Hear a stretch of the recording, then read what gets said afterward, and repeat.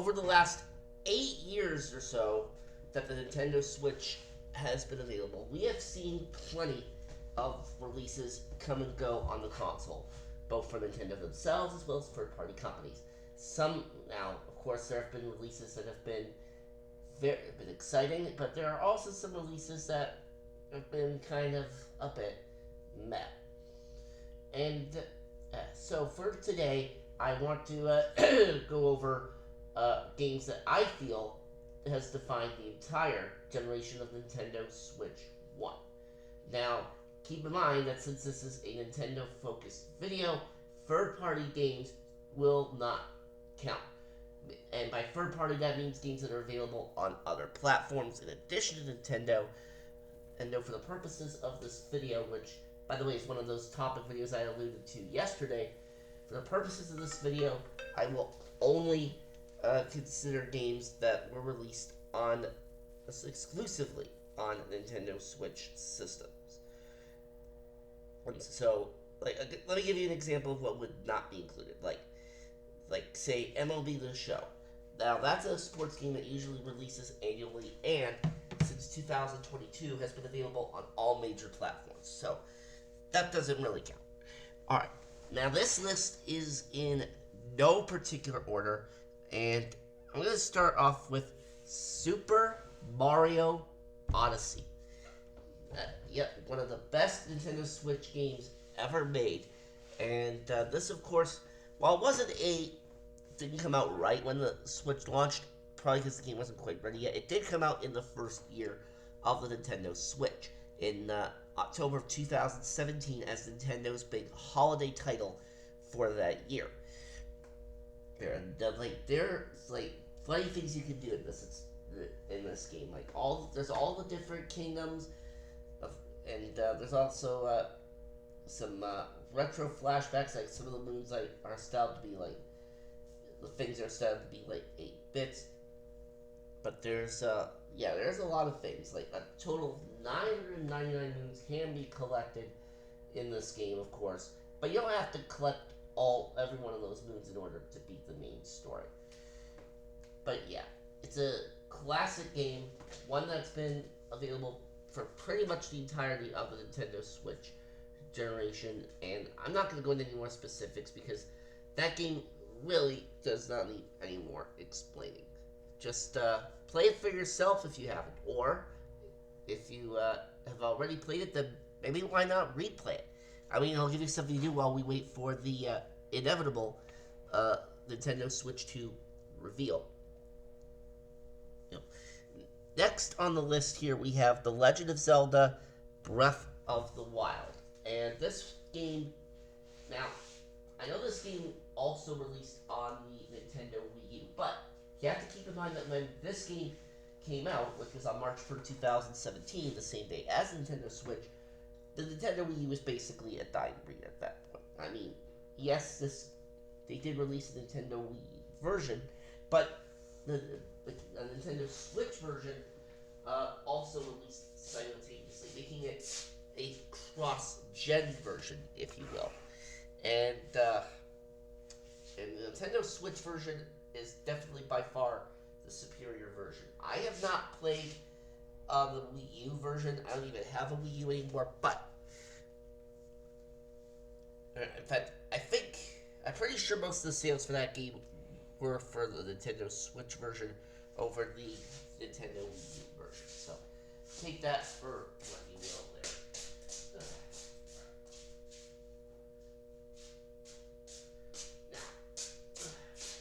Now the next game that I have on the list here that I feel defines the Nintendo Switch generation is another Zelda game, and that of course is the sequel for Breath of the Wild. That of course being The Legend of Zelda Tears of the Kingdom. Now, this is a more recent release. It only came out 2 years ago, May of 2023. And not only does it expand on what Breath of the Wild did, but it basically one-ups Breath of the Wild.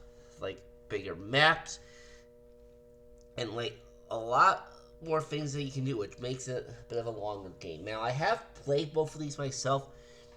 Couldn't really get into them, but Yeah, but you know what? Not everybody is into every game, and that is sometimes going to happen. But they're both very good Zelda games, so definitely play them. Alright, next on the list here, we have a Kirby game, and we have Kirby and the Forgotten Land. And this is a 2022 release, and of course, it is Kirby's first foray into 3D.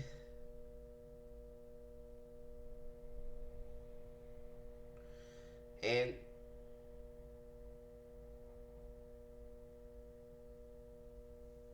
yeah, like it's basically it's a Kirby games are generally a lot of fun, and the fact that you actually need to rescue like Waddle Dees like in order to progress in the game, like that is honestly pretty interesting. Like now, it's definitely a very fun game. Highly recommend it. I know. Yeah, I think Video Game Fan 1999. Yeah, my friend Video Game Fan 1999. I'm pretty sure got this recently. So, so if he's played it, hopefully he's enjoying it. And yeah, another classic game. Then we've got Super Mario Bros. Wonder, which is a late 2023 release, and at the time of its release was also ended up being the first brand new 2D Mario to come out in over a decade. And it is a huge improvement over the recent new Super Mario Bros. Offerings. Because the last game in that series to come out was New Super Mario Bros. U Deluxe, which was in 2019. And keep in mind, at this point, like people were getting tired of the new Super Mario Bros. Moniker at that point because Nintendo had been using that since New Super Mario Bros. DS in 2006. So yeah, technically at that point it's not really new anymore. But yeah, still an awesome game. Like all the different effects and all the different Wonder Seeds, it's really really cool. Then we've got Pokemon Scarlet and Violet, and these games, and this pair of games, this came out in 2022. Now, it's not the best. Well, they don't run the best, but they're still pretty good games if you can put the technical problems aside. Like you can catch like all different sorts of Pokemon. Like it is a really fun game. And fun game, like you can pretty much do anything you want in any order you want. Pretty much the first, it's touted as the first open world Pokemon game. So, yeah, and open world games are usually a lot of fun. And going back to Mario Wonder for a second before I continue on, because there's one thing about Wonder that I did forget to mention was that my good buddy the Man 64 actually has a Let's Play of Mario Wonder happening on his channel right now. So definitely check that out. And let's see. Next on our list we have Super Smash Bros. Ultimate. And as the title implies, this 2018 release is pretty much the ultimate Super Smash Bros. Game. Like, you've got your standard Nintendo characters in this game, Mario, Luigi, Donkey Kong, etc. So pretty much every character you could possibly think of under the sun is here. Even characters from games that technically aren't even made by Nintendo. Like, you've got like the Xenoblade characters here, you've got Kirby, you've got the Pokemon characters, and even Sora. That's right, Sora from Kingdom Hearts is there. So, a lot of stages, a lot of characters, and some really exciting game modes. So, it definitely is the ultimate Smash game. I know Video Game Fan 96, excuse me, is a big fan of that game. Next we have Xenoblade Chronicles 3, a 2022 release. And yeah, Now, this was the first game in the Xenoblade series that I actually played from start to finish. And all that, I'm not really the biggest Xenoblade fan in the world. But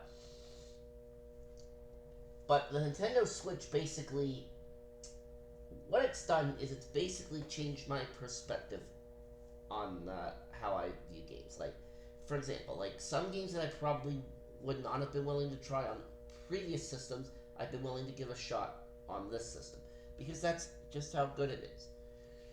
And I did enjoy, and while I did enjoy Xenoblade 3, I'm probably not going to be picking up the Xenoblade export that's Chronicles export that's coming out in a couple of months.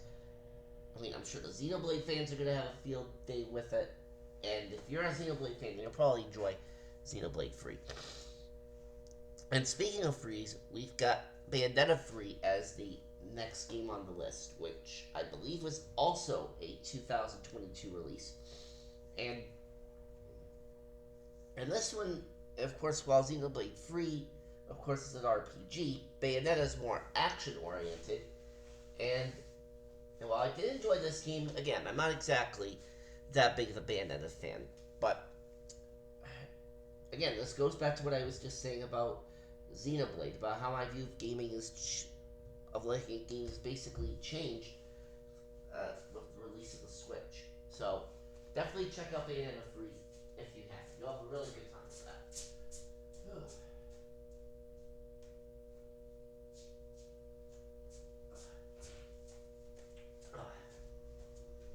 Now, there is one more game that I have on this list, but before I get to that, I do want to get to some honorable mentions. And two of those honorable mentions were actually games that have released in the last few months.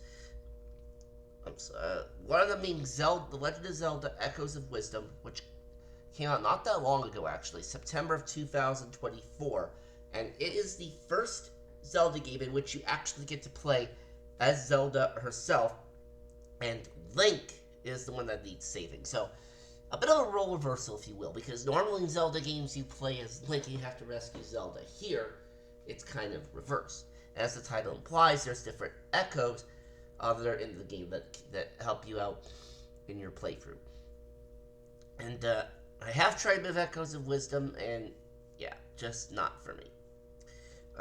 But I'm sure you'll probably enjoy it if you are a Zelda fan. And then the other one of these 2024 releases that falls in the honorable mention category is Mario and Luigi Brothership, which released in November of 2024, so just 2 months ago. And this is the first brand new Mario and Luigi game to come out in, at the time, it was the first Mario and Luigi game to come out in 9 years, because prior to this, the last Mario and Luigi game had come out in 2015. So now it's 2025, and to see a brand new Mario and Luigi game, it's exciting. It definitely makes a lot of people happy. Now, I have played through this game in its entirety. It's the only, and even though I've played the Mario and Luigi games, Brothership is the only one I've actually beaten. And I do still have a playthrough that's airing on the channel. Those videos are going to go up until May, but they already finished filming the Let's Play of this several weeks ago. But yeah, it's definitely a fun game. Definitely, but I'm not really going to go into too much detail about the plot outline for this game because some people may not have played it yet, so I don't really want to spoil anything. But all I know is that you are going to love that game if you have not played it. And then the last of the honorable mentions is Mario Kart 8 Deluxe, which of course released in April 2017. And I know the support of the Wii U version, but it is a fantastic game. It's pretty much a definitive Mario Kart experience. Because when this came out, all the DLCs that were released separately for the Wii U version were all brought over to the base game for the Nintendo Switch version. And I saw some mention that throughout 2022-2023 they released at least new sets of courses as well. So, a booster course pass. Now, content for this game is more than likely done, and updates for this game are more than likely done, probably because there's likely going to be a new Mario Kart game that we're going to be getting for the Switch successor. And that game is probably going to be this year, if not then definitely next year for sure. But we'll have to see what happens. But yeah, definitely a really fun time. And then the final game. And now for the final game on this list for what I feel to find the Nintendo Switch generation. Animal Crossing New Horizons. Which, now, there is some significance to this. Because, if you remember, this title was originally supposed to come out in 2019. And that was, I believe that was supposed to be the holiday title from Nintendo for 2019. And then it got delayed. Pokemon Sword and Shield ended up taking over that spot. The new date that it got was March of 2020. What do you suppose is the significance of that? That's right. The significance of that is that it released right as COVID was starting. So yeah, literally right as COVID started was when this game was about ready to come out. Now the problem for Nintendo was that obviously at that point it was too late for them to delay the release of the game again. So yeah. So basically what happened was the day before everything got shut down. I'm not sure this applied for everywhere, but I know the GameStops in my area, for that day, they were only allowed to service people who had pre-orders for Animal Crossing or for a Doom game that had also come out on the same day. But since Doom is not made by Nintendo, I'm not going to discuss that. But it is still, it's kind of a life sim game. I mean, some people may find it boring, but I know there's people out there that do like Animal Crossing. And plus, it's been one of Nintendo's best sellers, so that definitely helps. Will there be a new Animal Crossing on the Switch successor? More than likely. Alright, well that is going to do it for this topic video. There is one more that I have lined up, which, like I mentioned yesterday, which is games where I will put it possible launch games for the Switch successor, but obviously that's not going to come until after the thing is officially revealed. In the meantime, though, we've got another episode of Wheel Wednesdays coming your way tomorrow, and on Thursday, we go through the jungle with some high-flying Donkey Kong action. I will see you then, folks.